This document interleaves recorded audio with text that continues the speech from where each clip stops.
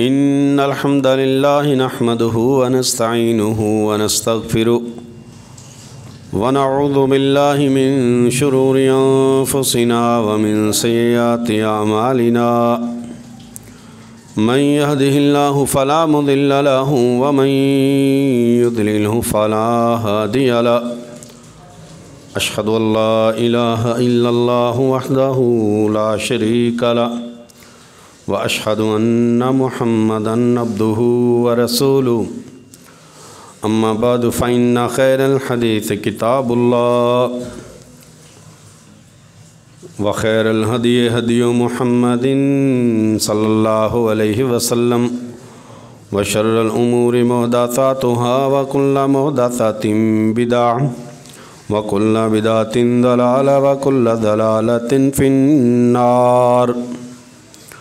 يا أيها الذين آمنوا اتقوا الله حق تقاته ولا تموتن إلا وأنتم مسلمون يا أيها الناس اتقوا ربكم الذي خلقكم من نفس واحدة وخلق منها زوجها وبث منهما رجالا كثيرا ونساء واتقوا الله الذي تساءلون به والأرحام إن الله كان عليكم رقيبا يا أيها الذين آمنوا اتقوا الله وقولوا قولا سديدا يصلح لكم أعمالكم ويغفر لكم ذنوبكم ومن يطع الله ورسوله فقد فاز فوزا عظيما اللهم صل على محمد وعلى آل محمد كما صليت على إبراهيم وعلى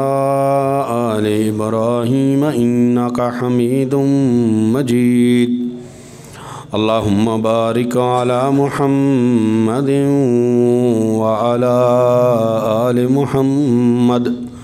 كما باركت على إبراهيم وعلى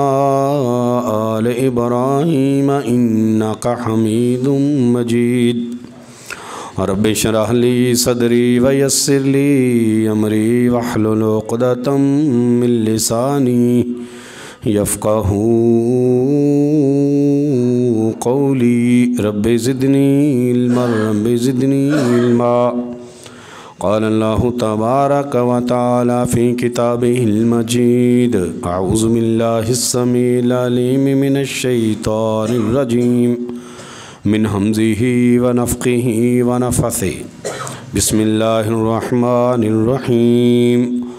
هو الذي يصلي عليكم وملائكته ليخرجكم من الظلمات إلى النور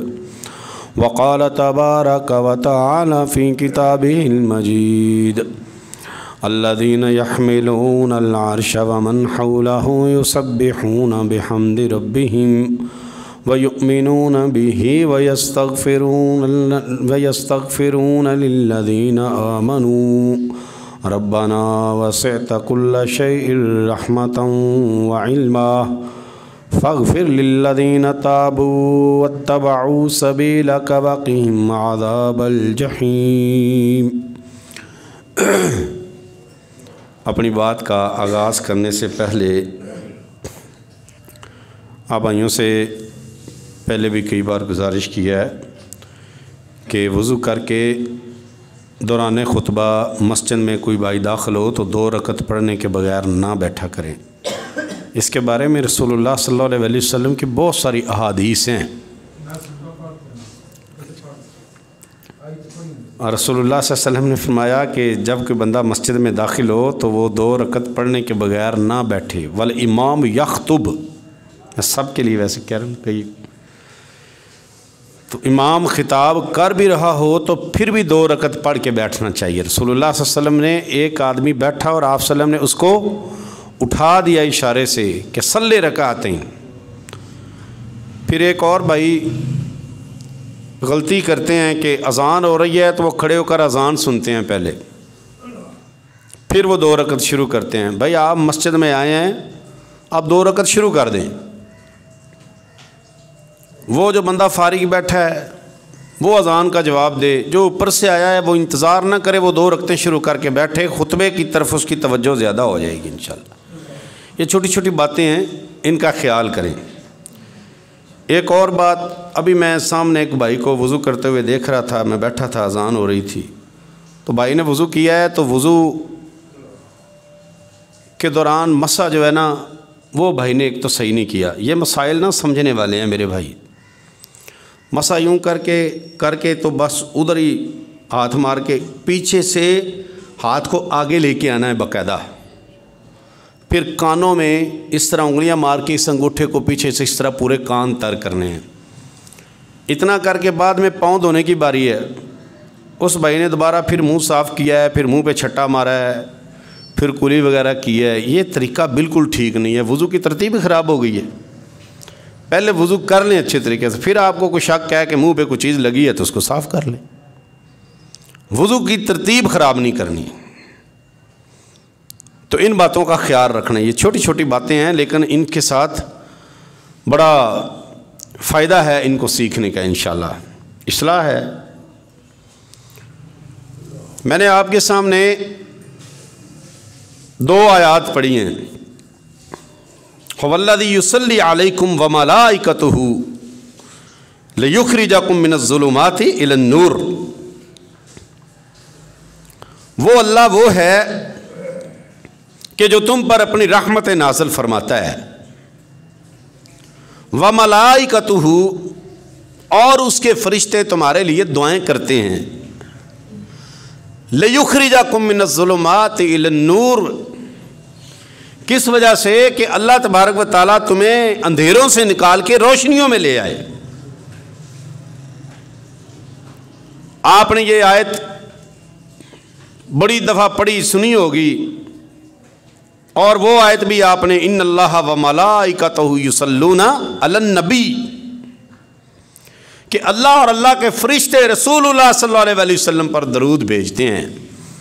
اور آپ کو پتہ ہے کہ اللہ تبارک و تعالیٰ کے درود بھیجنے کا معنی کیا ہے؟ اللہ اپنی رحمتیں نازل فرماتا ہے رسول اللہ صلی اللہ علیہ وسلم پر. اور فرشتوں کا درود بھیجنا، اس سے مراد ہے کہ فرشتے اللہ سے محمد رسول اللہ صلی اللہ علیہ وسلم کی شان میں دعائیں کرتے ہیں کہ اللہ رب العالمین رسول اللہ صلی اللہ علیہ وسلم پر اپنی رحمتیں نازل فرمائے. فرشتوں کا درود یہ ہے. اب اللہ تمام مومنین کے لیے اللہ فرماتے ہیں وَالَّذِي يُصَلِّي عَلَيْكُمْ. وہ اللہ وہ ہے کہ جو تمہارے اوپر، مومنوں کے اوپر اللہ تبارک و تعالیٰ اپنی رحمتیں نازل فرماتا ہے. یصلی کا لفظ رسول اللہ صلی اللہ علیہ وسلم کے لیے بھی اور مومنوں کے لیے بھی اللہ تبارک و تعالیٰ نے فرمایا کہ اس کے فرشتے اور اللہ. آپ کو پتہ چلے نا، ہمیں پتہ چلے کہ یار ایک بڑا نیک آدمی ہے، بزرگ ہے، سفید داڑھی ہے، 5 وقت کا نمازی ہے، تہجد گزار ہے، قرآن کی تلاوت کرتا ہے، حلال و حرام کی تمیز کرتا ہے، غیبت چغلی نہیں کرتا، بے ایمانی فراڈ نہیں کرتا، دھوکہ دہی نہیں دیتا، بڑا اچھا انسان ہے، لوگوں کی نظر میں بڑا نیک ہے، اللہ کی نظر میں بھی نیک ہے انشاءاللہ. اور آپ کو پتہ چلے کہ وہ بھئی آپ کے لیے دعا کر رہا تھا تو آپ کو خوشی ہوگی، ہمیں خوشی ہوگی کہ یار بڑی بات ہے کہ وہ اللہ کا ولی، اللہ کا نیک بندہ میرے لیے دعائیں کر رہا ہے. اور جب یہ خوشخبری ہو اللہ کی طرف سے کہ تمہارے اللہ رب العالمین کے مقرب ترین فرشتے تمہارے لیے دعائیں کرتے ہیں، تو پھر اس بندے کی قسمت کے کیا کہنے ہیں. اللہ رب العالمین فرماتے ہیں وَالَّذِي يُصَلِّي عَلَيْكُمْ وَمَلَائِكَتُهُ. وہ اللہ اور اللہ کے فرشتے تم پر درود بھیجتے ہیں. کیا مطلب ہے بھیجنے کا؟ معنی اللہ کی رحمتیں نازل ہوتی ہیں، فرشتے تمہارے لیے اللہ سے دعائیں کرتے ہیں. پھر اللہ فرماتے ہیں الذین یحملون العرش. کون سے فرشتے؟ وہ فرشتے جنہوں نے اللہ کے عرش کو اٹھایا ہوا ہے،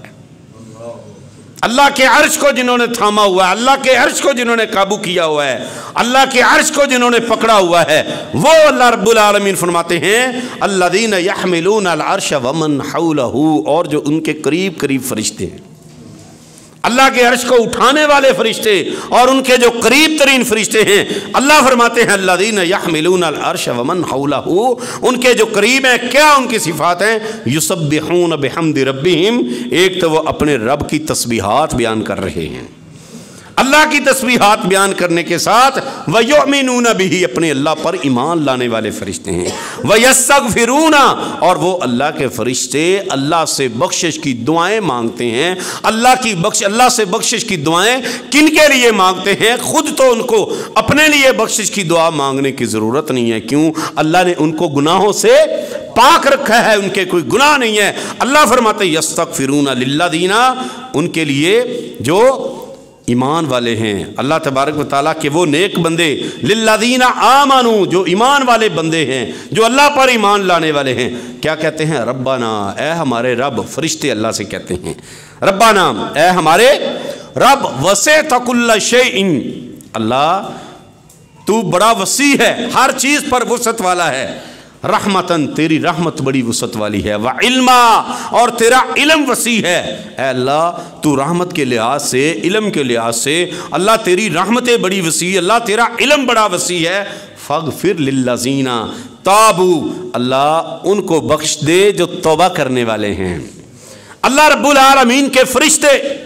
اللہ سے دعا کر رہے ہیں، اللہ سے التجا کر رہے ہیں، اللہ کا عرش تھامے ہیں، جو اللہ کے قریب ترین ہیں، اللہ کے بڑے مقرب ہیں، وہ اپنے اللہ سے اپنے لیے کچھ نہیں مانگتے۔ للذین تابوا، ان کے لیے اللہ سے فرماتے ہیں اللہ فاغفر، بخش دینا ان کو جو تیرے لیے گڑ گڑاتے ہیں، تیرے سامنے روتے ہیں، اپنے گناہوں سے توبہ کرتے ہیں، تجھ سے معافیاں مانگتے ہیں، واتبعوا سبیلک، شیطانی راستوں کو چھوڑ کے، شیطانی سبیل کو چھوڑ کے، واتبعوا سبیلک، تیرے نبی کے راستے پر گامزن ہے۔ اللہ ہم ان کے لیے دعا کرتے ہیں، ان کے گناہوں کو معاف کرتے، اللہ کے فرشتے،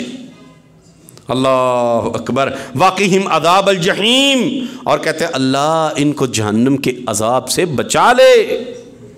بچائے مجھے۔ وہ فرشتے جو اللہ کے مقرب ترین، اللہ کو تو بڑے پیارے ہیں، پھر یحملون العرش، انہوں نے اللہ کے عرش کو تھاما ہوا ہے، اللہ کے عرش کو پکڑا ہوا ہے، اور ان کے ومن حولہ، اور جو ان کے قریب ترین ہے، وہ سارے کے سارے اللہ سے دعائیں مانگتے ہیں مومنوں کے لیے۔ ہاں بھائی، آج فیصلہ کر لیں ہم انشاءاللہ یہاں پر بیٹھ کر کہ ہم نے انشاءاللہ اللہ رب العالمین کے فرشتوں کی کیا لینی ہے؟ دعائیں لینی ہیں۔ تو آج ہم چند اعمال آپ کے سامنے رکھتے ہیں کہ جو اعمال کرنے کی وجہ سے آسمان والے رب کے فرشتے ہمارے لیے دعائیں کریں گے۔ میں آپ کو اکثر ایسی اللہ اور اللہ کے رسول کی طرف سے ملی ہوئی خوشخبریاں سناتا رہتا ہوں، لیکن عمل کریں۔ میں اپنے آپ کو سب سے پہلے نصیحت کرتا ہوں،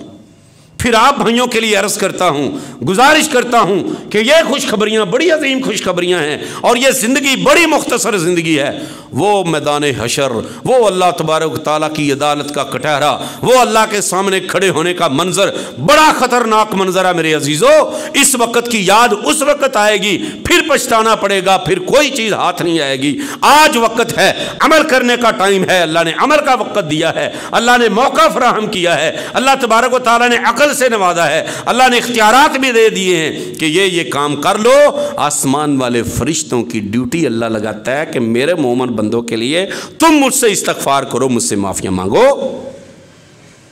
کیا کیا عمل کرنا ہے؟ سب سے پہلا عمل،